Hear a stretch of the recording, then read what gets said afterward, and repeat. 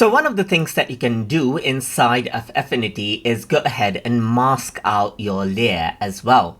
So over here you can see that I got this particular picture right here, and if I want to go ahead and mask it out, I can go to pixel right here just like this, and let's say for example I can go around over here onto the selection tool and make a selection. So once I do that, let's say for example if I want to go ahead and mask this particular area, as the selection is on, and then as you can see the layer right here, you can simply go ahead and click on mask layer.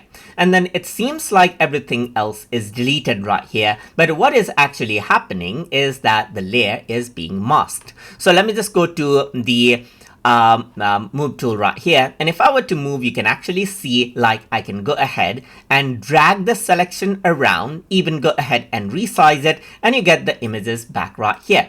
Then you can go ahead and click outside and press Ctrl D on your keyboard, and you can see that the mask is set. So when you work around with mask, what happens is that here you can see a little layer and this little shape right here. What is happening is that it does not actually go ahead and delete out the content, but simply hides it. So now if I were to go ahead right here, you can see that I can go ahead and select out the mask right here, and when the mask is selected, and if I were to use the brush tool right here and draw around, you can see that as I select out black color right here, you can see that I can go ahead and erase it.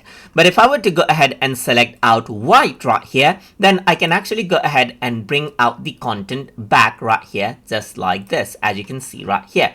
So I can go around over here, and this is what you have. So you can see that the opacity, the hardness right here is set to like let's say for example 80. So I can go ahead and increase it out right here, and let's say for example I'm going to go ahead and increase out the size, and you can see that this is what you have. So I can actually go ahead right here and select a white color right here just like this to get everything back. But if I want some transparency, I can actually go around over here and go for gray right here, and you can see that now as I draw around, this is what you have right here.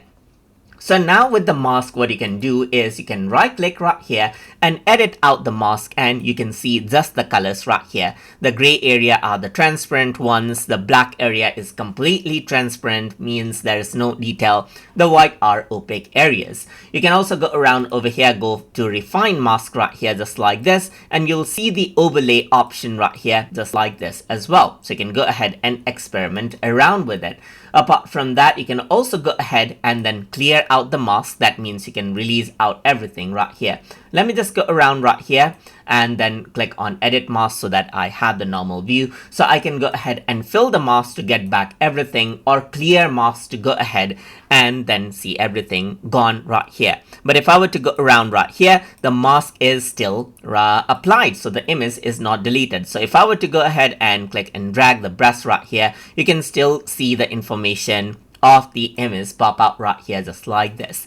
You can also go ahead and invert out the mask right here as well, and this is what you see. You see the mask right here, it's inverted out right here.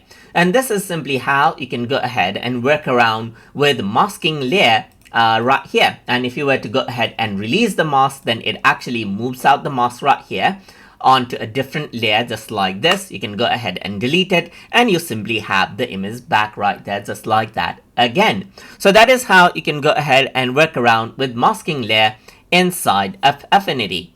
So I hope you guys learned something as always. And as always, please like, comment, share, and subscribe.